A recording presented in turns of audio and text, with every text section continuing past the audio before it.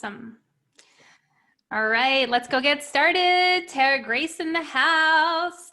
Welcome back to the Sacred Partners podcast. I'm your host, Dr. Eva Brown, and I have an amazing girlfriend, friend, mentor, you name it. She's got all the labels, all the amazing energy that's going to be coming to you today. Her name is Tara Grace. She is a feminine wealth and leadership coach and mentor. And today we are going, and I've been asking her to do this for a little while now, and she is here with me, giving me her time, her energy, and her love for all of the queens in the Sacred Partner community. We're going to be talking about money and the 3 archetypes of the divine feminine. And this is one of Tara Grace's absolute specialties. She can talk about like this, like she's in her sleep. And she is just a bundle of energy and joy and divinity, especially also she's just a very good friend. So welcome to the show, Tara. I'm so glad to have you. Thank you for having me. It's an honor. It is an honor to be here with you. Yes. And I am not someone who just takes random like podcast interviews or summit interviews. Like when you see me on a podcast and when you see me on a summit, it's because I am in relationship to and with the host. And it's because it was a full embodied yes. And we both say it together. Can you feel the chemistry already? Come on. Yes. And it's, you know, I am just so grateful and thankful for our relationship. And I count it an honor that you would ask me to speak into the lives of your community. So thank you for that. I appreciate you. Oh, that was so nice, Tara. Thank you so much. I appreciate you too. And we're going to dive deep today into the divine feminine. So let's go ahead and start with, what does the divine feminine mean? Let's kind of give a definition around that. Also, what are the 3 archetypes, you know, and let's just really slow it down so that way everyone can grasp the sometimes very complex ideas, right? That it's not normal, it's not mainstream. The information that is coming from Tara is coming from her heart, it's coming from her work, it's coming from the coaching and the years and years of work that she's done with women. So let's go ahead, get comfortable, grab your favorite tea or coffee, and let's have fun. Water bottle. or your water bottle with crystals in it. I love it. All right, dear. So let's go ahead and define the archetypes and what is divine feminine in your mind. Yes. Well, Carl, was it Jung, however you want to pronounce his name? Yeah. Mm-hmm. That you're very familiar with in psychology. He really, his work was about the archetypes. And although the ones that we're going to be talking about today wasn't part of that collective, I feel that archetypes are so important in being able to identify attributes and energy. And we can recognize certain attributes and energies in archetypes. And why is this important? So that we can, in my work with clients, it's about energetic shifts for transformation. So it's the energetic embodiment of these attributes that creates deep internal shifts in our lives. So it's not just mindset alone that creates transformation, it's embodiment, it's the embodiment part. And that's been very much missing.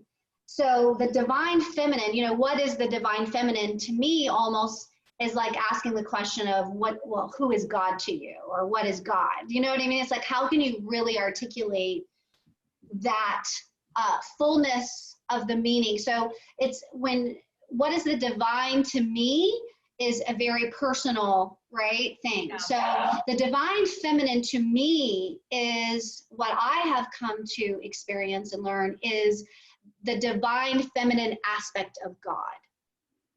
And the divine feminine expression of God. So it would be, you know, and the 3 archetypes that we're going to look at today and explore and play with and try on and feel and look at how can we, you know, from these archetypes and their attributes and what they mean and the energetic vibration that they hold, how does that relate to our relationship with money? And it's going to be very juicy. So you're definitely in the right place if you are someone who wants to create deeper intimacy in your relationship with yourself and your relationship to and with money in a way that feels really, really, really good and expansive and abundant and playful and joyful and yummy and delicious and all those things. And isn't that really like ideal for us to have a relationship with money? And not many people can actually describe their relationship with money as juicy and pleasurable and expansive and sacred and all those things. And so that's where today we'll be able to really explore this and dive into this. And my intention is for you to be able to walk away with a whole new view, a paradigm shift about your relationship to money itself and how you choose to have your relationship with yourself and money. So yeah. And also, Tara, a lot of the people in the Sacred Partners community are in relationship, you know, they have a partner, they have a beloved, or they are in the market, right, to find that beloved or that soul partner, you know. And so I think that this is a very important conversation, not only for your relationship with money, but also your relationship with money when you're in partnership with someone. And I think that the archetypes are going to be a fantastic way for women in relationship to touch down and touch base with themselves and be able to communicate that to their beloveds, you know, because finances is a huge issue when it comes to partnership. And I'm hoping that this conversation is going to be able to speak into that a little bit as well. And that's hopefully something that I'll be able to bring to the table a little bit as we're talking today about the archetypes and how we can bring that not only in relationship to ourselves, but in relationship to our partners. So I'm excited about this conversation. Yay! I am so excited about this. This is so juicy. So yeah, so I have been serving women for over 15 years, and a large part of over a decade has been teaching women not only about these archetypes, but also the archetypes of money leadership. And one of the biggest side benefits that my clients receive is, you know, a higher sex drive, you know, their husbands being more turned on, you know, because, you know, their husbands falling more in love with them all over again because, you know, they have their sexy, confident, you know, woman that they fell in love with back. Maybe she lost that along the way through life, trauma, or money issues, you know, and money is a huge, huge piece of our lives. Our money literally touches every single decision that we make. Money is usually involved in the decisions that we make and the choices that we have in terms of how we're going to experience this life. So it is very important we have an empowered relationship with money, which ultimately will strengthen our relationships with our beloved. Yeah. So let's explore the divine feminine archetypes. And so the very first one that I want to introduce you to, which was the first one that I was initiated into, was the archetype of the priestess. And the priestess is, first of all, I also want to preface this that you are willing to let go of any preconceived notions that you think you might know about what these words mean, and give yourself permission to really come in as a student and have a beginner's mind, because sometimes with words, we feel like we already know. We feel like we already know, and then it blocks us from receiving new insights and transformation. So that's what I do want to preface this. So the first divine feminine archetype is the priestess. And I was initiated into this archetype very, very, very early on. I would say 99, 2000, 2001, around that time. I went through a major initiation where I dedicated my life in service to love's purpose. Now, at the time, I was pregnant with my now 21-year-old adult son. At the time, I was pregnant with him, and I was engaged to be married to his father. I was a young mother. I was only 18 years young, and we were living together. We were engaged. I definitely was not enlightened. I was so lost. And it was the first relationship that I ever had in my entire life that actually made me feel like I mattered. So I'm going to let that land. Yeah. That's not something that I experienced from my mother, from my father, I was raised in isolation. So I had a very destructive childhood as a result of growing up in basically isolation with a mom who suffered from mental illness. And so I didn't have the reflection in my life that would be there from a constellation of a family unit to reflect to me my greatness, my acceptance, but most importantly, my sense of belonging, which is our divine birthright. And so here comes this beautiful, beautiful man who just thinks I am everything and commits himself to me. And you know, we were party animals back then because we were really young. And yeah, I mean, we just danced and we partied, and that was kind of our lives. And then lo and behold, I got pregnant, and then he chose not to be a father, and he chose not to be a partner, and he chose to abandon us.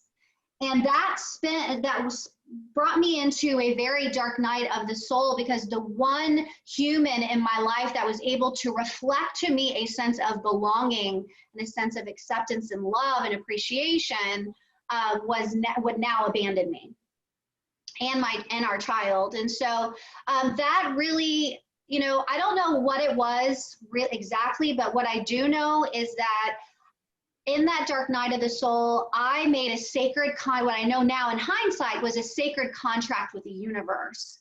And I had enough wisdom to know that if I was going to be a good mom and create a good life for myself, that I needed support. I needed some sort of divine intervention. I just remember getting down on my knees and asking God I remember saying something along the lines of, you know, God, if you're real, please show me how to figure out this thing called life and show me how to be successful. And I promise you, I will dedicate my life in service to you and service to love all the days of my life. And that sealed, that prayer, that sacred contract sealed an initiation in my heart.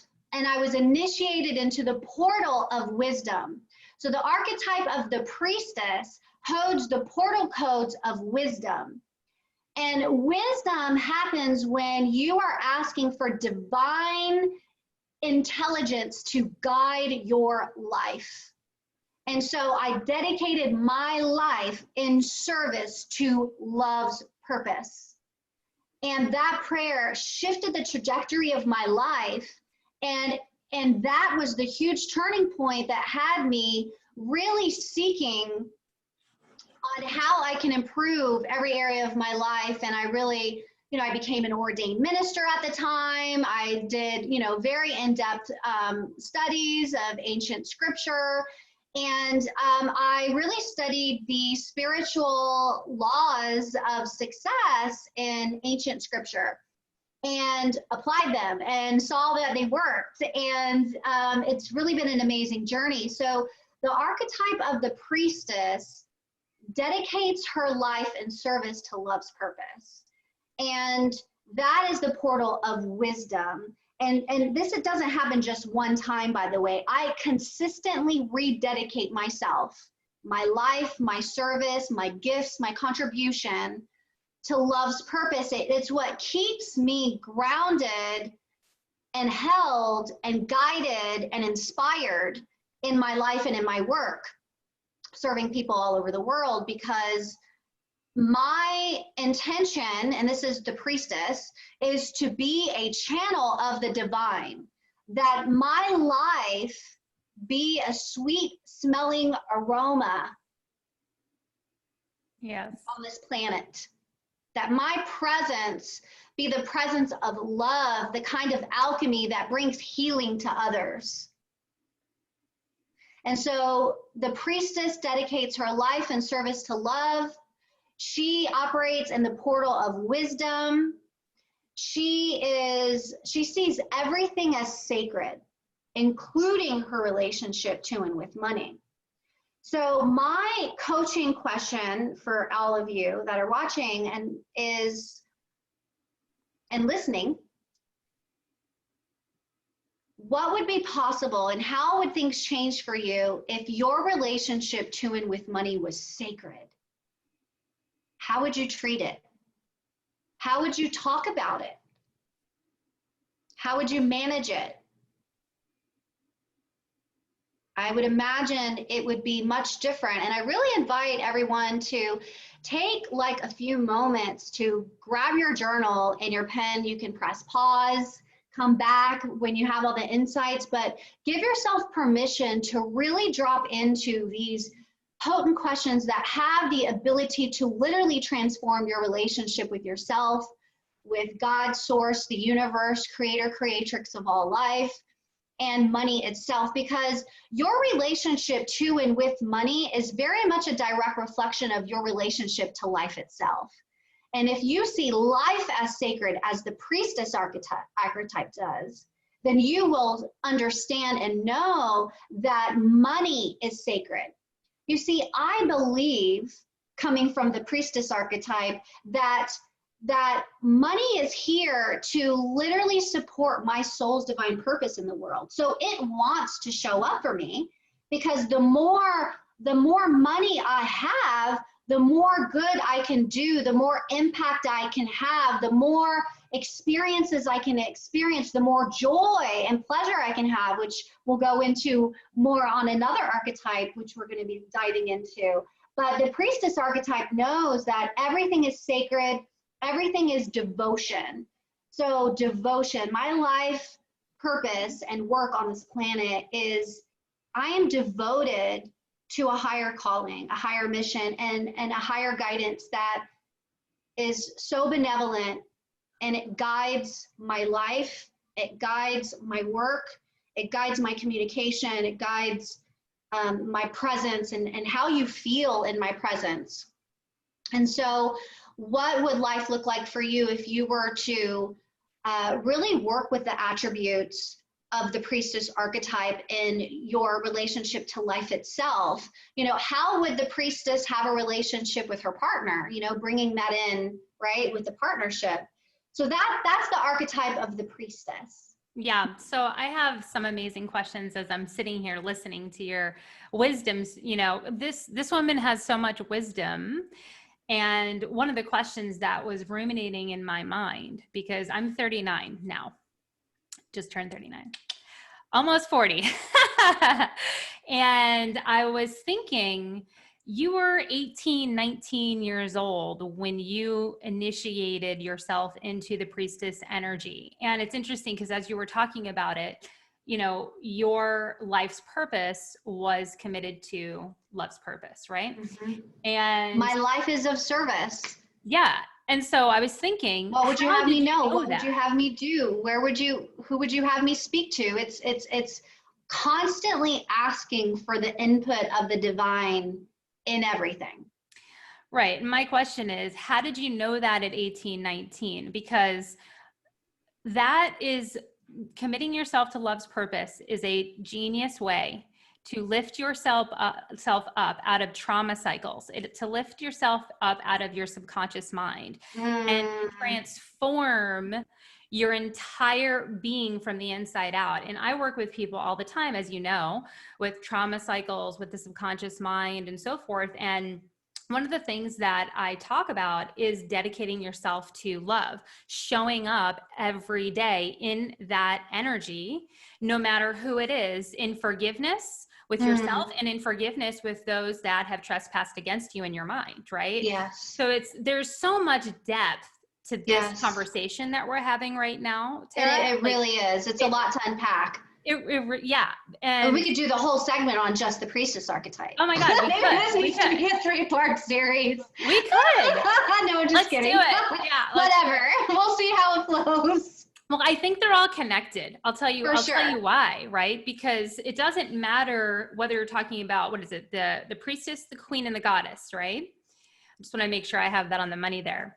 It doesn't matter which one I'm imagining. It doesn't matter which one you're in. It just matters that you're making a conscious choice. And what you did was you made a pact with yourself and God and anything else that you believed in at that time, and in yourself, and you made a conscious choice. And I think a lot of people don't realize the gravity of making that conscious choice and how powerful that is, because we can stay in victim consciousness. You could have stayed in victim consciousness. You could have stayed abandoned. You could have stayed in that energy. And many people do, because the truth is a lot of us don't know how to get ourselves out of it, right? And that's why we have coaches. That's why we have light leaders. That's why we have people that are dedicating themselves to service, right? To help move the human race forward in whatever way we possibly can. That's my mission, right? Just like yours. So in your mind, at 18, 19 years old, how did you make that choice? Yes. So that experience came and was birthed out of the dark night of the soul. So I was my state of being was brokenness. It wasn't like, okay, I'm making a conscious choice that I am going to dedicate myself. You know what I mean? It was like, I was at a place of complete brokenness. And when we are in a broken place, there is an alchemy that can start moving in us and through us, where we come into a place of surrender because it hurts so much. The pain is, it was a place, I was in a state of being, a state of mind, a state of heart, a state of complete and utter brokenness at the bottom. I was at the bottom. Like you've heard people say, there's nowhere else you can go but up if you're at the bottom. So I am at the bottom of the barrel here. And it was in complete humility. There's a beautiful scripture that says, humble yourself under the mighty hand of God and he will raise you up. Now, I didn't know that then. I didn't know ancient scripture and spiritual laws of success at that time. And I wasn't raised in a religious or spiritual or conscious home in any way, shape, or form. So there was no spiritual guidance or influence in that way. But I do have an older sister who wasn't raised with me. She's 13 years older than me. She was raised, and I do remember, her sharing with me that, because I lived such a reckless life, I really needed to give my life to God. And that was like the only kind of mental framework that I had, that there could be something that was greater than myself that could provide guidance or support or comfort.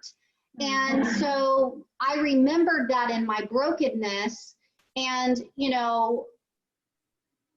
there's something that really there's an alchemy that is so powerful when we are willing to surrender.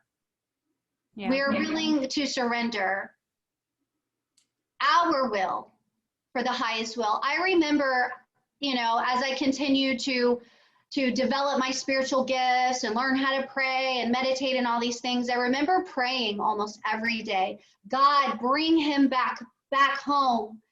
Help him be a father, help him be an amazing, husband and partner. And I used to pray that every single day until one day I was on my knees and I went to say those words, and the words they could not come out of my mouth.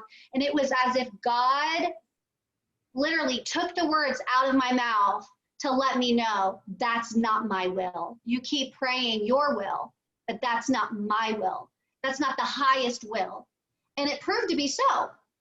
Although I would have loved to have had a different reality, that still was the highest will of all and the highest good of all for all of us, considering what I learned about how he chose to live his life. But there's so much power in surrendering our will to the divine will, a divine higher guidance. And again, this has nothing to do with religion. This is about how the universe literally works. We're either operating and living and looking through the lens of love, or we are operating, looking, you know what I mean, through the lens of fear. And either one of those frequencies is going to dictate our reality, no matter what. And there was this place of surrender where I was willing to see things differently. And I love one of my favorite lessons that I teach, and that's the foundation for my coaching, is in A Course in Miracles. And it says, your willingness is not enough. I'm sorry, excuse me. Your intentions are not enough. Your willingness is everything. I'm going to say it again. Your intentions are not enough. Your willingness is everything. Our willingness to see things differently, our willingness to feel differently, our willingness to do things differently is literally the secret ingredient for transformation. I was willing to surrender my life. I was willing to be broken. I was willing to humble myself. I was willing to ask for divine guidance and wisdom for my path, because in my mind, there was no other way. And that was the best decision and best choice I could have ever made, but I didn't go into it consciously thinking I was making a choice. I was on my knees in complete brokenness, in a place of complete surrender. The Buddha mind talks about, like, in Buddhism, you talk about being an empty bowl, like an empty rice bowl, so that the divine and God can fill it. And so when you're broken and you're empty and you have nothing and you're at the bottom of the barrel, or you become that empty rice bowl, you are actually in a wonderful place, even though I know it's hurtful and painful, but you really are in the most perfect place for the divine and God to come in and fill you and allow you to rise. And I just feel so strongly in my heart that there's so many people that are going to really be blessed by this message. Like, there's people that, especially even, everything that we've gone through with this year at the time of the recording, this is going to be such a strengthening message for people. Yeah. Yes, very powerful, Tara. One of the things that is striking me about your experience when you were 18, 19 years old is, well, first let's start with this. The thing that keeps depression and anxiety and all of those trauma feelings around is actually resistance. It's resistance of the soul, resistance of the mind, the theory of negation, saying, I don't want to feel like this anymore. I don't want to feel like this. And what you're talking about is surrender, right? And the culture, pop culture, doesn't necessarily teach that, right? They teach be powerful, be strong, but not in the context that you're talking about it. They're talking about it, resist all odds, and instead of people allowing them their depression or their anxiety to teach them and to surrender to it, right? Which is a paradigm shift. It's a paradigm shift from the way that society is living their lives now, right? From a subconscious to a conscious mindfulness about life. And so when you're talking about surrender, can you describe a little bit more about what women would have to do or could do to surrender more? And also you talked a little bit about money and the sacred, what would it be like if you had a sacred relationship with yourself and money? And I was wondering if you could give some examples of that in your own life, so that way people could mirror their own experience through your own experience. Because you're a couple days ahead of us, sister, right? Yes, thank you for asking. So I feel like me even just sharing my story really models for others how they can begin to cultivate and navigate a relationship to and with the divine, and using the divine feminine archetype of the priestess and that attribute and playing with that energy. I think women know what it feels like to surrender when you've had enough. How many times have you tried to do things with your partner or with your career or whatever, and it's just not working? There comes a point are you going to just continue? I mean, like, just like you're saying, it's like, yes, there is never give up and all this stuff, but there is an alchemy that takes place when you're like, I have done all that I can do in my own strength. I've done everything that I can do to make this relationship work in my own strength. I've done everything I know to do, how to, you know, generate wealth in my own strength. And there has to come to a place where you're like, I surrender. Like, and surrender doesn't mean like I completely give up, but it means I'm willing to, like, I obviously don't have the answer. You know what I mean? If I would know, then I would be living the embodiment of that success, you know, of that. And to me, success is fulfillment and contribution. So Mm-hmm. everybody knows what it feels like when you come to that place where you're like, I've had it. And that's actually a really great turning point, because you can go one of two ways. You can give up, walk away, quit, throw in the towel, and be defeated. Say, oh, well, that didn't work for me. Or, you know, you can say, I'm willing to see things differently. What am I not seeing? What am I not getting? But it's the willingness piece, which comes from the heart. It's the energetic of the heart. I'm willing is not, I think. I wonder. It's, you know, for you to be willing requires humility, doesn't it? Yes. For you to be willing to work on a relationship, willing to work on your relationship with money, work on your relationship with a partner, you have to be humble enough to even have that willingness, because ego and pride can't run the show where humility and willingness need to be. Those things can't exist. Which is, again, another attribute of the priestess. She embodies humility. She's willing. She is devoted to doing the work, to receiving divine wisdom and guidance for her life. Yes. I agree, Tara. So I loved how you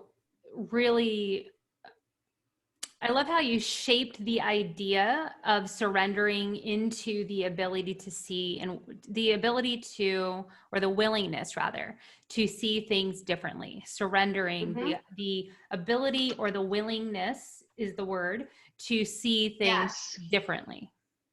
Yes.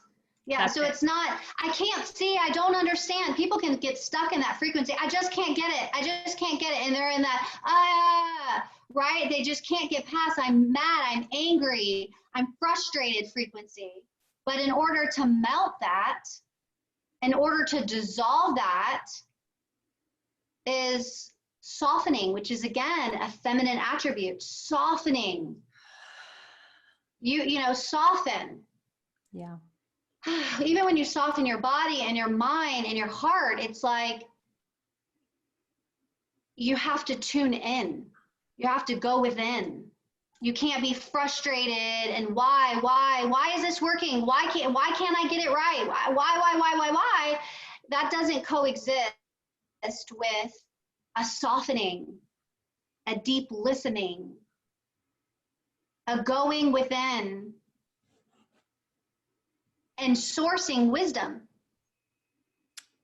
Yes, which requires you to stop what you're doing right now, right?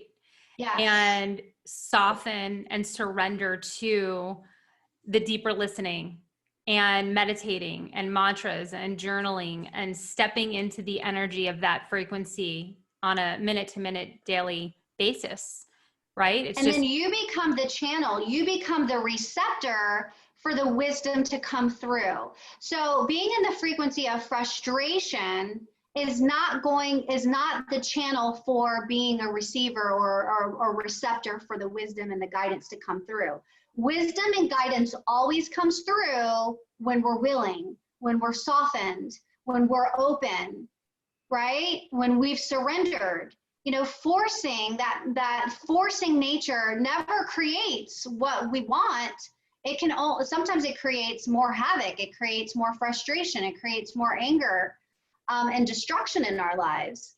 And in terms of how does this relate to our relationship to and with money as being sacred, is if you believe that money was sacred and even divine, then wouldn't you believe that like God is your source, your infinite source?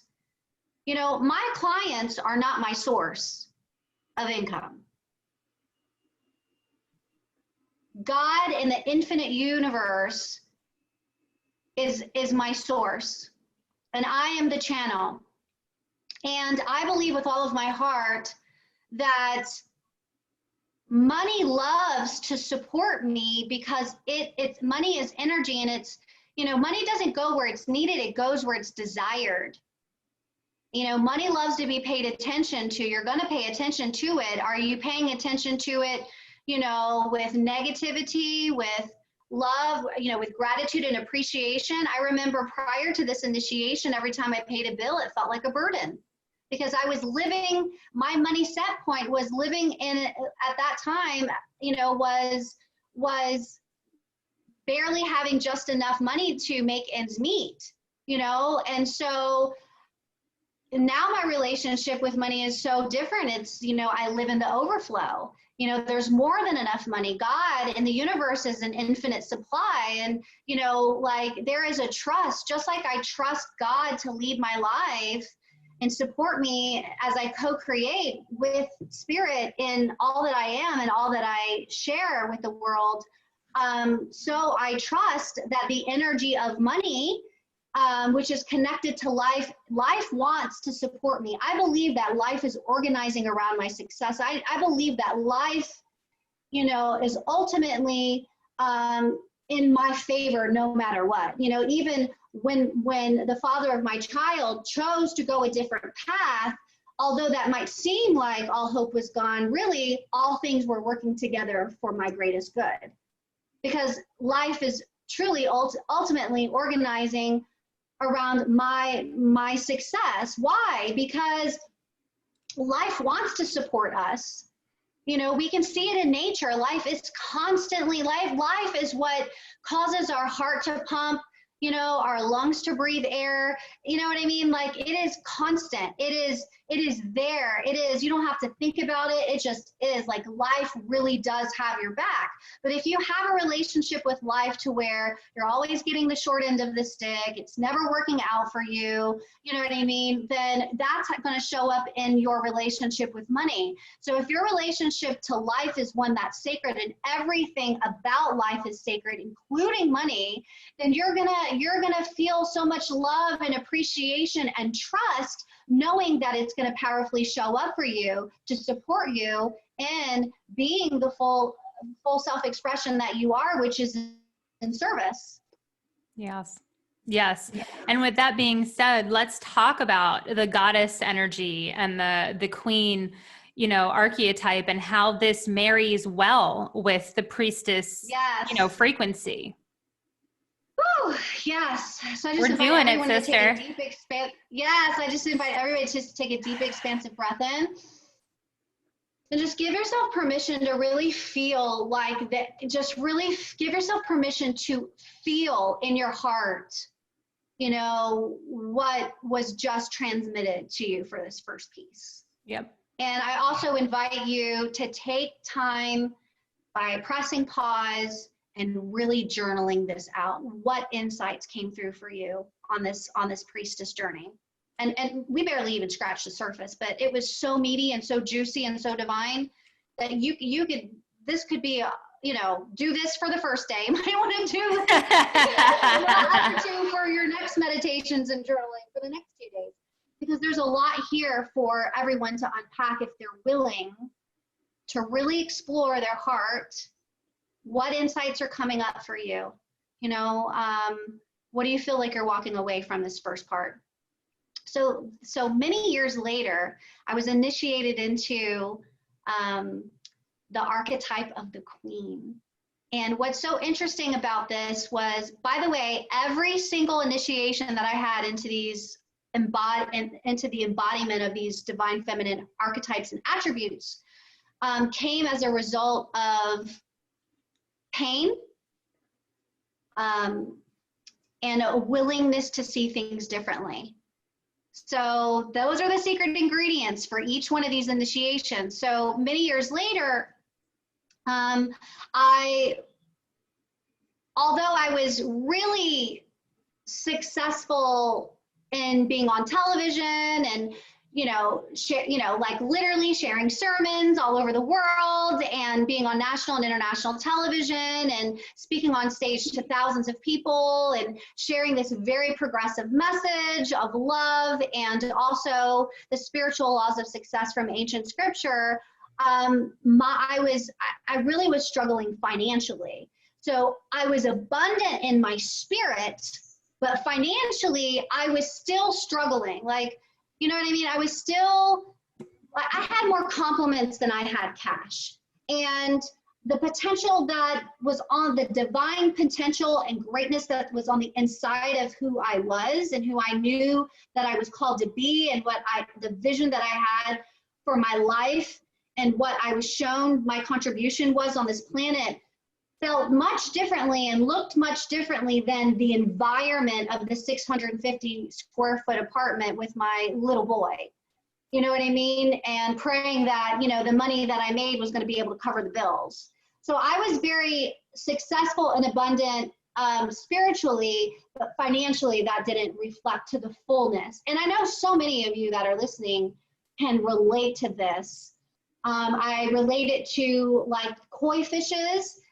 Grow to the expansion of whatever container that they're put in. So you put a koi fish in a small container, it'll stay small. Put it into medium, it'll be medium. The bigger the tank or without the tank, and you have the biggest fish ever. So I felt like a really big fish in a small, tiny little container. And I know so many people can relate to this. And so I got to the point where I had enough. I had enough struggle. Unfortunately, I'm someone that I guess apparently needs to learn through a lot of struggle and pain to get me to a point of surrender. There is an easier way. Practice the art of surrender, which now what's interesting is all these years later, my clients from around the world quantum leap and are able to do, and experience at quantum speed what took me a lifetime to embody, what took a lifetime for me to learn and assimilate to and calibrate to and practice over and over to get to a place of mastery to where my energetic signature and vibration is able to bring the transmission and the wisdom and the activation to quantum leap someone else forward to where they're able to do in weeks or months, what took me for a very long time. And that's the power of mentors, coaches, counselors, guides in your life. So really treasure the gift of my beautiful dear sister and the guides and the mentors that are placed upon your path, because they are there to support you in making things easier for you. I did not have any of those things back then. We're talking about a time before social media was a thing. There wasn't coaches and mentors and all that kind of stuff back then that you could regularly get to like online that you know about. I had to become that. I had to learn that. I'm a pioneer. I went first. Leaders go first. I was a pioneer. I was way ahead of my time. Bridging the gap in women, when we used to wear corporate suits still, even in entrepreneurship, we were wearing suits to be taken seriously in business. And I was hosting, events and conferences to bridge the gap between spirituality and money and business and service and all of this, which was a conversation, that's trending now online, but was not a thing back then. No. So I wasn't willing to struggle anymore. Everybody knew my name, but, and everybody loved all, and then by that time, social media had just came out on the scene. This is like 2009. And it just came out. And I was just like, I can't struggle like this anymore. And I'm willing to do whatever it takes. And I know the principles, and now I'm ready to be prosperous, and I worked the principles to the degree in which my energetic capacity could be and do and experience on my own. And then I was like, that's it. I'm willing to see things differently. I'm going to go get myself a mentor. I'm willing to do whatever it takes. So I had to go at this point. Prior to all those years, there wasn't anything out there at that time that bridges spirituality and money and business and all of that for women. That didn't exist. Then 2009, when social media finally came out on the scene, there started to have some mentors pop up. And I was one of those that emerged during that time. But I had to invest in myself. And I remember seeing a mentor online. I stalked her stuff pretty much every single day and was like, she has knowledge that I don't. She's done things that I have not. And she has a way of being that I do not. And like I was willing to see things differently in the area of money. And so the queen archetype, this is the queen. The queen, the sovereign queen is about your power. And the sovereign queen's relationship to and with money is I'm just really feeling this. Let me just drop into this on what wants to come through for this audience. Yeah. The queen's relationship with money is abundant because and wise and resourceful because she's a benevolent queen. Not the evil queen. She's the benevolent queen. And so, I've always been a wise steward of the money that I've had. And how would you treat money if you saw your relationship to and with money as abundant? If you knew that you were the version of you who was a wise woman, a wise queen, like if the embodied version of you knew that you were wise with your money, how would you treat money? How would you talk about money? How would you manage money? It'd be much different because a lot of women say to themselves, to their partners, to coaches and mentors that they struggle, that they're bad with money. If you're confessing that you're bad with money, a lot of women avoid money. So basically I invested everything that I had to study the unique psychology of money. I learned everything about money that you could possibly think. I devoted years and years and years to studying the unique psychology of money. And it's really empowered my relationship. And I'm going to share with you an amazing piece of wisdom that one of my mentors in my early years shared with me. She said, Tara, it's easier to make more money than it is to make less money. And I remember I was making like $5,000 a month, which I remember at a time when $5,000 a month was like mind blowing. If I could just make $5,000 a month, like that would be life transforming. And I remember that piece of wisdom, which she was $1 million producer at that time, that piece of wisdom served me from quantum leaping from $5,000 to $15,000 in just 1 month. I didn't do anything differently. I became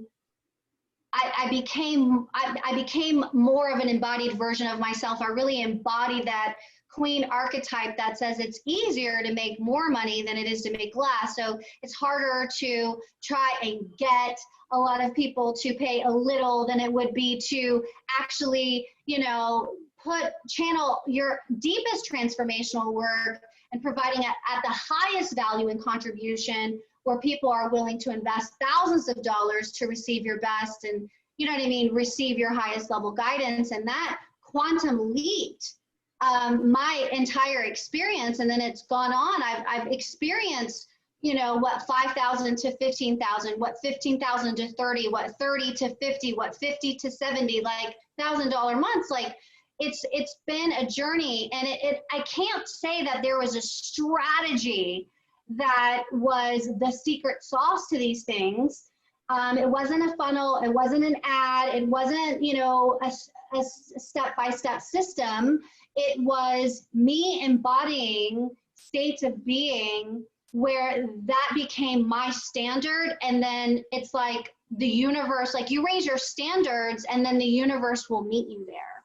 You know, when you raise your standards of living and loving and leading, then and only then the universe will meet you where? At the level of your standard. So if you have low standards in relationships, that's what you're going to get. If you have low standards in relationship to your money and your income, that's what you're going to get. But if you raise those standards, then and only then the universe will meet you there. And so a queen knows that, like, she's the queen. She's not negotiating with herself or anyone else to convince anyone of her worth or her word.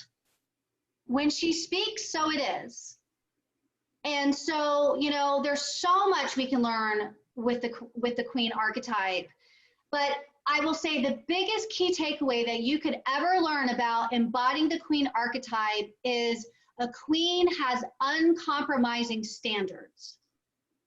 A queen has uncompromising standards, and that's the biggest thing that gets in our way when it comes to relationships and money, is low standards and compromising what we say that we want and what our heart deeply desires for something completely different that's lower than that.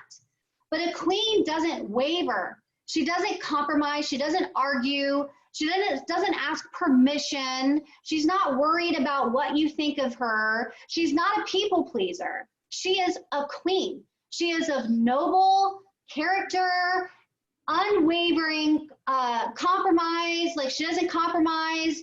She has unwavering integrity with herself. She doesn't have to negotiate. You know, people talk about having boundaries. There's no way you can have boundaries without having standards. That doesn't exist. Standards is what creates the boundary. Standards is an energetic state of being. Standards are embodied. Standards are embodied. People feel your standards. People treat you to the level of your standards. If people treat you to the level of your standards, which is your energy, how will money treat you? If money sees that your standard is that it's abundant, that it's more than enough, you know, that you always have more than enough, that your standard is that you have, you know, that you have abundance in your life. If your standard is that you're wise with your money, then that is where money's going to meet you, right? So this really is the energetics of the queen. She is of noble character. She is of uncompromising integrity. And she is just absolutely the boss in a very benevolent kind of way. And she doesn't negotiate. You know, she gets what she wants, and that's that. And she, you know, like, it's a standard. She doesn't have to struggle to get what she wants. She has what she wants and needs because that's who she is. It's part of who she is. It's my standard. It's my embodiment, right? So we attract the love, the money, the success, the relationships, whatever, to the level of our standards. And she is a master of embodying standards. I love that. And while you're sitting there listening to Tara really download some amazing information for all of you today, this podcast is worth its weight in gold. I will say that again. We could charge for this. This podcast is worth its weight in gold. We might. Let's do a program. But I will tell you for sure. Let us know. We'll get it together for you. Oh, for sure. We'll do something live. I like live. We can do this is going to be a 3-part series, and I'm going to make sure that I intro and outro and do this because I think it's just going to be so cool to do a 3-part series because there's so much beautiful content here. And I hate like this going on the surface, you know, like Tara and I, we like to go deep. Okay. So let's take a deep breath in, just a collective deep breath in. Just breathing in the energy of the benevolent queen and everything that Tara just described. Raising the worthiness, being in the standard of embodiment, like, you know, embodying your standards, right? Doesn't that sound so juicy? And just the benevolent queen is like believing in your worth and your value. And that's what's really coming through for me when I was listening to you. And then resourcing yourself, right? You know, myself, I feel like I just kind of walked into the queen archetype in the past 2 years. I wasn't living in the queen archetype. Now I am. And it's just, it really is such a big difference from a lack mentality and feeling like you're unworthy and people pleasing and lowering your standards and compromising your price or your programs or whatever it is that you're doing. Leaky energy, and that, all of that is just leaky energy, low self-worth, you know, not having standards for your life, and that's what happens. You're 100% right. And so what Tara is talking about is a frequency that you all get the opportunity to step into now, right? It's this choice. It's the years and years and years of struggle that Tara has gone through, because I believe that every coach has gone through a pretty good amount of struggle, you know, like we like to learn the hard way. I don't know why, you know, until we're like, oh, let's pay someone to help me do this quicker. You know what I mean? Like we finally figure it out later, but you know, it's not until you get to that queen or that kingdom, you know, where you really feel like I'm worthy of paying someone to help me. I'm worthy of getting outsourced. You know, that was something that I needed to really step into as a woman. You know, I'm worthy of paying other people to do the thing, which came down to a trust issue for me, you know, not trusting the energy of other people, which brought more distrust into my energy, by the way, right? So, you know, whatever you think about, you bring about. Whatever your energy is, you bring more about. And people will realize that. The programs, the thing that you do, whatever you make, however you make your money, people will magnetize to the certainty of your standard in your business. And this is the benevolent queen or the king, right? I mean, absolutely. We should totally do a program. I'm excited. And the sovereign queen is really a master of embodying and integrating both the divine feminine and divine masculine attributes. The reason why she has that feminine power is because she has both. She's integrated both. So she can stand in her conviction without wavering, you know, without people pleasing, without negotiating. Like when a man men don't typically do that. That's not typically their psychology. You don't see a man typically saying, what is Jim going to think of me if I charge this amount of money? No. Am I worthy of charging this? That is what women do.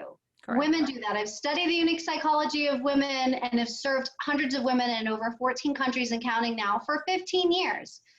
In different places all over the world and different cultures and different governments and all the things. And it's, you know, there's universal things that are the same in the psychology of women. And then there's cultural influences,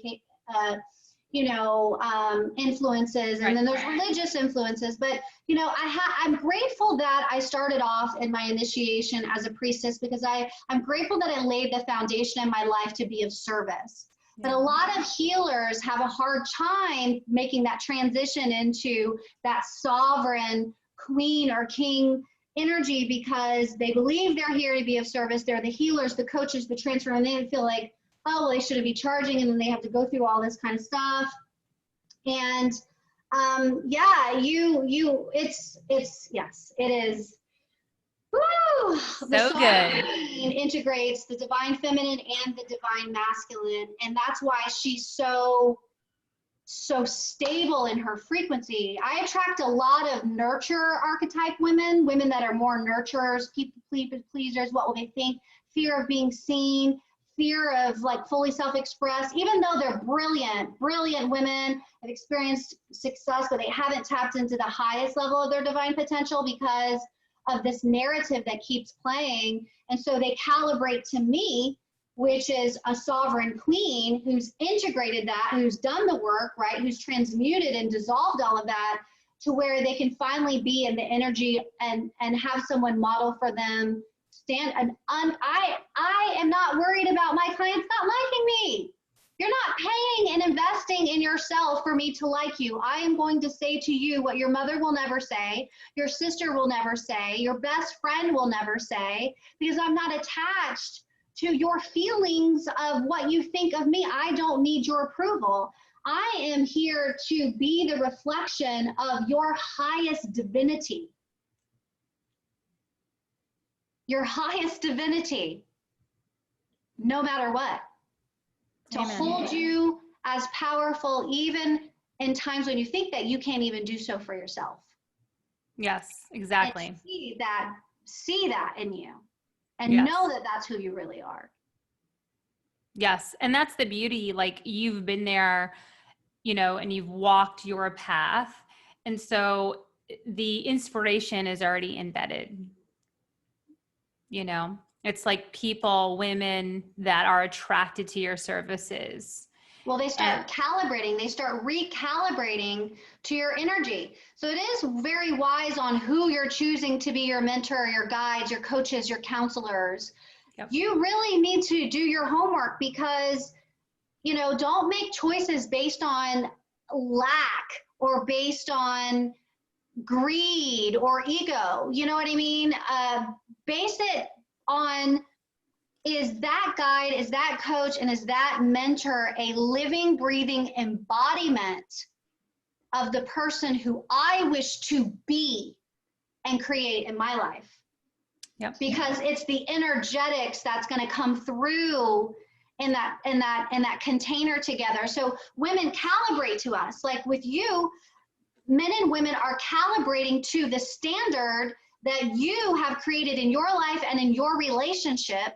And therefore, they can begin to start making those shifts because you've already made them. It's a non-negotiable. You have that sovereign standard within your being. And so people can then calibrate to that. So when people come to me, they calibrate because that is the frequency and standard that I hold. I love it. So that's good. the queen. And again, we've just barely scratched the surface on where we could go with that. So I really invite you to take a moment and, you know, journal again. What are, you know, if you embody the attributes of a queen, what standards would you have that you do not currently have? If you did have, you would have a completely different reality. Yes. So get clear on that. Give yourself permission. Allow inspiration, spirit, wisdom to flow through you, through the page in the journals.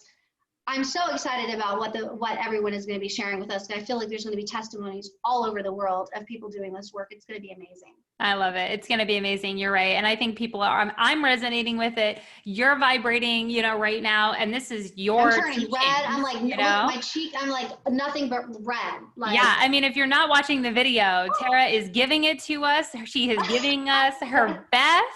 And I love her for it. So let's get into the goddess energy. And again, I am going to be making this a 3-part series. So welcome to the 3rd part of the series. Yes. I'm going to be doing some new intros and outros because there's just so much juiciness in this conversation. Like, I'm not just going to do one podcast, and it has to be broken up. You know, it has to be broken up. They're going to be messaging you like, when is it going to come out? When's the next? When's part 2? When's part 3? Oh my gosh. Yeah. Well, I can tell you the first one's going to be launched February 14th. So if you're listening to this one, this is probably the end of February. Oh my gosh, what a blessing.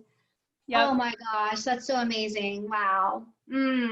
Yep. So they're going to be able to gift themselves the love of the priestess energy, the goddess energy, and the queen energy in the whole month of February. It's going to be beautiful. Wow. This is such a treat. I'm so honored. Yes, me too, honey. So are you ready to get into the last archetype of the day with my dear sister? Oh my gosh, this is going to be so juicy. So the 3rd archetype is the archetype of the goddess. Okay, so I do need to make mention though that, just to recap, since we're on part 3, part 1, we talked about being initiated into the archetype of the priestess, and I entered into the portal of wisdom and talked about that transformation. And the 2nd part was about being initiated into the archetype of the queen And what I want to make mention is that was actually entering into the portal of wealth, really healing and transforming my relationship to and with money, and creating sovereign standards in my life and the way that I live and the way that I lead my life. And, you know, receive support like you were talking about. I mean, I really do have a standard of being served, and you know, it doesn't come from a place of like, who do I think I am? I know who I am. I love 5-star service. I am that woman. I am a queen. You know, like I am. I love being, you know, how do you feel when you go to the Ritz-Carlton? You know, like I am that woman. I am that woman. And I remember not being that woman. And I remember the journey that it took to grow into this evolved version and embodied version of who I am today.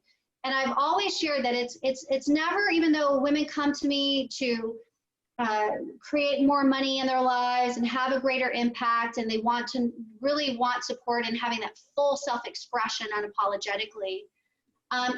It's not the money, it's who we become in the process. It's the evolutionary growth that happens in us, through us, and as us on this journey. And it really is spiritual growth and personal evolution over an entire lifetime. And over a lifetime. And this has been my journey of 15 years I'm sharing here in a 3-part series. So who knows where we'll be in 15 more years. Oh my God, it's gonna be so amazing. It's gonna be so great. I'm so excited about it. I love it. So after my initiation into the priestess, dedicating my life in service to love's purpose, and seeing my relationship to and with money as sacred, and then coming into the initiation of the archetype of the queen, and my relationship, raising my standards of living and leading, and my relationship to and with money being abundant and expected, like it just is who I am, of course. And I came into my initiation into the goddess.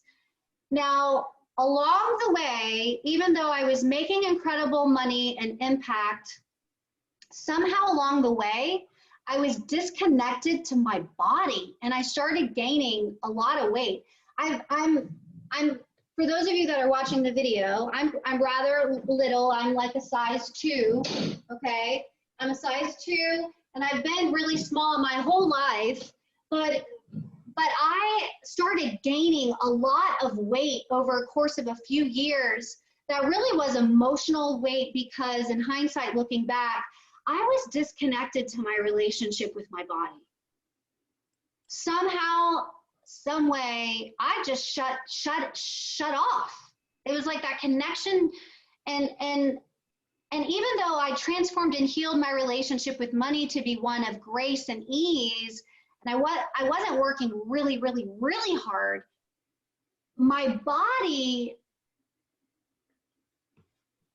it just started having inflammation and adrenal fatigue and gluten sensitivities, and my stomach started getting so big to where, you know, I remember flying out to Los Angeles, and I was hosting and leading a mastermind at the Ritz-Carlton and Marina Del Rey, and awarding my clients with awards in person. People flew in from around the world to receive these trophies and awards and training from me for reaching 6 figures in their business and becoming divine feminine leaders and all of this stuff. And I'll never forget, during that trip, this was the turning point.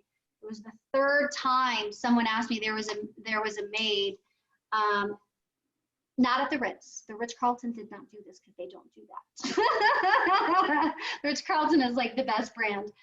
I love it. They've taught me so much on how to build a luxury brand. But it was an event that I went to see one of my mentors, Marianne Williamson, prior to getting to the Marina Del Rey. In that hotel, there was a beautiful maid who said to me, "Oh, how far along are you?" Oh. That was the 3rd time someone asked me how far along I was. My stomach was so swollen. And I was like, that was it. Here I was, you know, inspiring and leading women around the world into their purpose, into their prosperity, into their sacred financial destinies and legacies of love. and I am miserable in my body. I am miserable. I am in physical pain. And as a result, I am in emotional pain because I don't want to struggle like this anymore. And that was it. Just like I said, that's it. I'm going to transform and heal my relationship with my body, just like I transformed and healed my relationship with money, just like I healed my relationship to and with life itself. And that was it. I am willing to do whatever it takes. I'm willing to see things differently. I'm willing to do things differently. And I knew that I didn't want to work hard to lose the weight. Like I wasn't, just like you don't, remember I shared with you in part 2 that it's easier to make more money than it is to make less. So it wasn't, the mindset wasn't do more, get more money, or do more and create more money. No, it was actually value myself more, receive more, right? Money, because that's easier than less money. So it was a totally different shift. So I knew that I wasn't going to go pump iron at the gym. I knew that I had to find a way to a pleasurable like weight loss journey in a way that made me feel really good. The way that I cultivated my relationship with money felt really good. And that's when I activated and it was initiated into the goddess archetype. I actually had just went through a really bad breakup of betrayal, and it crushed me. It really crushed me. And I had already made the decision though, that I was going to drop this weight and transform my body. But it's so interesting that a lot of these major turning points happened with like significant milestone markers of like almost like rise of the phoenix from the ashes kind of like heart things that were going on. So do not curse your crisis, those of you that are listening, because your mess can turn into your miracle and your message. And, yeah, like it really, all things work together for your good to those who are called to live their life in service to love's purpose. So the universe is constantly conspiring on your behalf for your greatest good. So I really felt like yoga and dance was going to be my path. I just knew that if I began to cultivate an amazing relationship with my body in a way that felt good, and I loved to dance and I loved to move my body, that would be a start.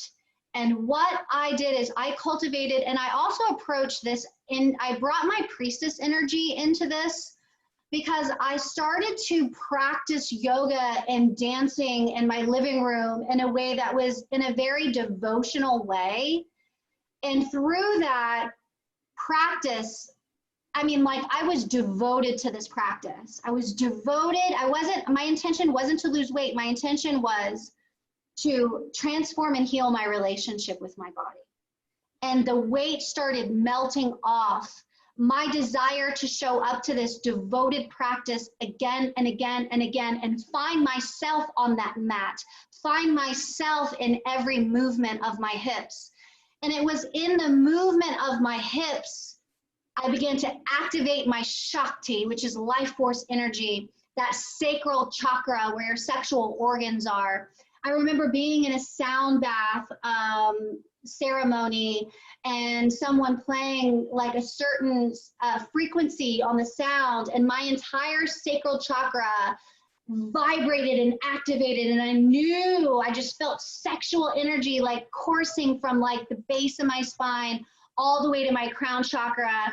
And I remember that, there was just, and at that time I had been practicing and devoting every single day. And then I came into this sound bath, and all of a sudden, boom, this sacral chakra was activated. And I just remember like just coming alive. And I swear my goddess energy was activated. I have never been the same. I mean, when people are in my presence, I just ooze femininity and grace and deliciousness. And there's this divine feminine grace and juicy aliveness and deliciousness that is now my energetic state of being because I am in tune with my body. And the goddess archetype does not have any issues receiving. She is a goddess. She knows that everything that is good, everything that is beautiful, and everything that is abundant is available to her simply because she exists. I'm going to say that again.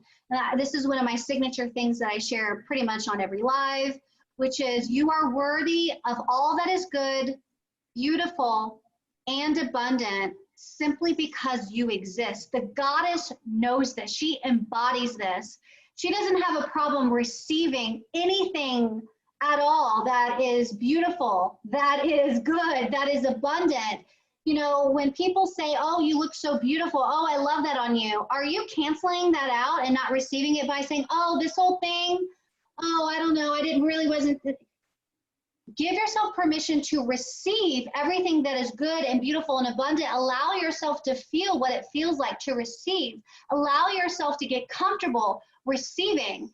The goddess embodies these qualities and attributes. She loves to receive money. She loves to receive gifts. She loves to receive compliments. She loves moving her body. She loves playing. She lives in the frequency of joy.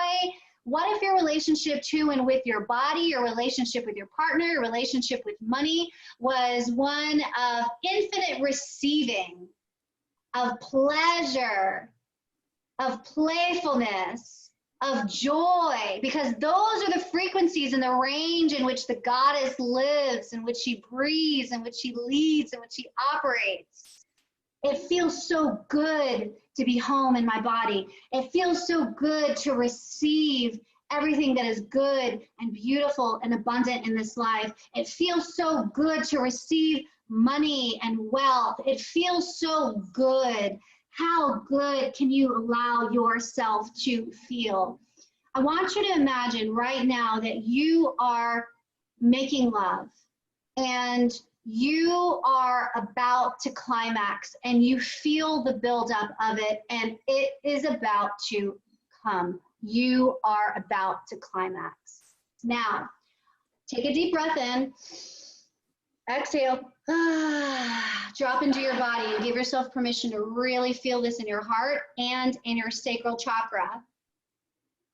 Now, I want you to imagine that you are in the divine portal of ecstasy and you are receiving the ultimate pleasure and you are climaxing and it is beautiful. Now, here is the part of infinite receiving. Are you willing to receive even more pleasure? Can you handle more? Are you willing to receive even more? The goddess doesn't say, oh, I can't receive anymore. Oh no, that's too much money. I can't, that's too much. I can't take that. Oh, that's too much pleasure and ecstasy. I can't imagine you giving me any more. She says, yes, yes, more please. Give me more. Don't stop. Don't stop. Yes, yes, yes, yes. Don't stop. Yes, more. Yes, yes, yes. And it's this buildup of complete compounded ecstasy, of infinite receiving. And the goddess is the master of infinite receiving in everything that is good, beautiful, and abundant in her life. Give yourself permission to receive. What would life look like for you, feel like for you in your relationships, in your relationship with money? If you gave yourself permission to say, yes, more please. I am willing to receive more. I am willing to feel the ultimate ecstasy and pleasure. The goddess understands that she looks at life and lives in life as an erotic playground. the goddess embodies everything that has to do with the senses: touch, taste, sound, touch. I mean, beauty is a major frequency of the goddess. And, I really value beauty. I put effort into looking good, feeling good, creating a beautiful home environment, putting myself in environments where beauty is there, because it raises your vibration. You feel it when you look and smell at a rose, when you're out in nature, where your breath, it takes your breath away. What if you lived your life to where you were willing to give yourself permission to feel the depth of ecstasy of this life and all the beauty and all the goodness and all the pleasure that is available to you right now? Is your heart willing to open and crack open wider? Is your body willing to receive even more pleasure? And so being open, an open channel to receive, she is a master of receiver, is required for this erotic, ecstasy, pleasure-based, beautiful, glorious, deliciously divine experience of life itself in all of its facets. Yes. Amazing, babe. Way to channel that. I felt it in every single part of my being, and I know everyone that's listening is also feeling that too. Is anyone ready to have some sexy time? Like, is anyone ready to have an orgasm? Yes. Is anyone ready to say yes right now? Like, I'm ready to say yes. See you later, Tara. I'm going to go hang out with my husband now. Yes. And I also want to touch, for all of you who are not partnered, it's so important that you give yourself self-pleasure, that you love yourself enough to bring pleasure to yourself. I teach my students and clients this all the time, that Shakti feminine essence. There's something about a woman where she's having regular orgasms that, has this glow to her, because, it really, it allows you to soften. I remember, I'm not currently partnered at the time of this recording, although I am taking applications for benevolent kings at this moment. So if you know of a benevolent king, send him my way. He has to go through this beautiful dear sister of mine first. Yeah, so I remember getting ready to go on a hot date, and I remember taking the time to really pleasure myself before I went. And oh my God, I just felt so good showing up in that date, feeling so at home in my body, so relaxed, so, I turned myself on, like, oh my God, yes, just so much softness. Think about what it feels like when, after you have an orgasm, you just there's a sense of rest. It's just this big exhale of release, this softening. And, you can master that into the everyday. You don't have to have an orgasm to create that state of being all the time, but, women, take care of yourselves, pleasure yourselves. That's really important. Yeah. Very, very important. And I really encourage you to take some time and journal and really ask yourself, what are the key takeaways and insights that I'm receiving from this transmission? What's true for me? What do I know for sure? What do I know for sure that I need to give myself permission to receive? Where am I not receiving the fullness of my ecstatic joy and pleasure in my relationship to my body? And so the goddess, her relationship to money is, she's the romantic with money. She believes that money is meant to be here for her enjoyment.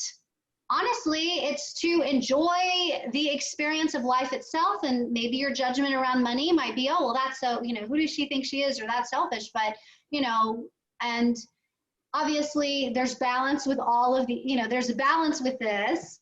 But I think what we can take away is that she knows she's worthy of the full experience of life and everything that life has to offer her. She's not going to say, no, I can't do that because I don't have the money. She says yes. Remember? Yes. It's so important that you give yourself permission to say yes to what lights you up and brings you joy and what turns you on. And you say yes to life, and life will say yes to you. When you show up for life, life will show up for you. And money loves to show up for those who show up for themselves. So how are you showing up for life? Yeah. What came through in my mind was what she gives herself is what she gets to receive, right? So, you were talking about there's a balance, right? This idea between entitlement and this idea between living in your goddess are two different types of energies. Totally different. Yes. Yeah. And it's about gifting that to yourself, and then you're aligning that frequency with the rest of your life and everything that you bring into your life with your standards. And I just love how all of these archetypes actually flow so nicely together. My question actually is, and then we can, tie up this literally 3-part series that we just recorded in an hour and a half, by the way. I mean, talk about making time, the question was, are the stages of the goddess from priestess to queen to goddess, or can some people find their goddess first and then work themselves into the priestess, and are they interchangeable? This was my path. This was my evolutionary path. And how I teach it to my clients in the area of, lifestyle design, money empowerment, empowering your voice and money. I bring all these aspects into designing your luxury brand, and empowering yourself and having money conversations, using the queen archetype on how to lead yourself and your team and your clients and your brand, the goddess archetype in the area of self-expression. She doesn't have a problem with being seen. She loves to receive and be seen. She has that so almost like she's like that romantic celebrity archetype, so I weave those in so that women can have the energetic embodiment that's required to create the thing. Okay. And do the thing, the energetics in place so that they can rise to be, do, and experience what they say that they want. So I just, in how I teach, I weave them in. And I honestly feel first things first, if you're going to really, if you're looking at the path, I bring women to the path on becoming, divine feminine leaders that embrace their sacred financial destinies and legacies of love. And that requires frequency shifts of embodiment. And I do believe first things first. If you want to be what I just said, if you want to be the divine feminine leader that embraces your sacred financial destiny and leads your legacy of love on this planet, then I do believe dedicating your life in service to love's purpose is the first pillar. It's the first portal of initiation. So when I do teach my clients and students, it is giving them the spiritual wisdom as the foundation that they can stand on so that they're building their life and their legacy on a rock and not sinking sand. Because what we build upon love is the rock. So because when the wind blows and when the rain comes, because it will, and it does, our house will not fall on sinking sand. It will be built upon the rock. And that rock is eternal love, which is the only thing that's real. And that's the foundation in which I bring everyone first. And then we get to play with the queen and the goddess. And what happens is it keeps the ego check and it keeps you reminded of your humility so that your energetics don't come into the shadow side of the queen. You don't want to be the evil queen. You don't want to be the ice queen, which is the shadow sides of that archetype. You don't want to be a greedy, greedy goddess. You want to be, you want to be the enlightened goddess. So you don't want to be the shadow side of that. And what keeps us out of that shadow side is our spiritual practice, our spiritual principles, and our spiritual foundations that we return to again and again and again and again, which is really that priestess is the devotion and love to serve, in service to love's purpose. So beautiful, Tara. I love your life's work. Thank you so much for coming on to the podcast today, onto the Sacred Partners podcast, and gifting all of the beautiful queens in the Sacred Partners community with this divine knowledge and channeling. And I mean, really just 15, 18, how many years have you been doing this now? 15, 20 years? 15 full 15 time. years. 20 years on the path of, spiritual development and growth and dedication to love service, but 15 times full time in the divine function of this being my life's work. Yeah. And what you've just heard is her entire journey, right? In what, an hour and 45 minutes. Of course, we can digress and go deeper and deeper and deeper. And if you want to work with Tara directly, I recommend you call her. If you're wanting to call in more money, if you're wanting to call in any of these archetypes, you can call Tara. You can reach out to her. I'm going to have all of her information in the show notes. She's absolutely fantastic. I can't highly recommend her more than I already do to all of the people that I talk to. And I just really appreciate your wisdom. I appreciate your ways of articulating really complex ideas into very simple, digestible ways that people can understand and start to apply these concepts to themselves and to their relationships. I don't think there's a lot of people out there that have that gift. I have that gift when it comes to relationships and couples. So when I see it in someone else, the ability to articulate things and morsel parts and components out in the way that you did today for our audience is brilliance. It's experience, it's embodiment, and it's alignment with your brand. And I love you for that. I love you because you're one of my dear friends as well. And also just making a big difference too in the world of women and transformation. And I just appreciate, your coaching, because there's so many coaches out there that are not in alignment. And I admire you for that. Thank you. That means the world to me, because I trust you with my intimate details of relationships, and you are such a trusted advisor to me personally. And anyone who is blessed to do sacred partnership work with you is just going to experience the magic of who you be and the contribution that you are. So thank you. Thank you for being a trusted advisor in my life. Absolutely. And in my journey as it pertains to relationships. And, it's an honor. Thank you. Thank you for having me. I'm so excited and grateful and delighted on how this has turned into the most magical, just divine, beyond what we could have ever dreamed or hoped that this podcast would be. It's now a series, and what a blessing. I am so excited, and I really encourage everyone that's listening to give a review on this podcast. Let us know, reach out to us both. You can find me on Facebook. I'm reachable. Yep. Yeah. And we want to hear how this has impacted your life and how this has impacted your journey, and what are the insights you received. And thank you so much for those of you that are listening. Thank you so much for being the amazing host that you are, and also trusted advisor in my own life. So thank you so much. Many, many, many blessings. I love you, Tara. It's so good. And also for everyone that has been listening to the 3-part series, like Tara said, we would love to hear a review.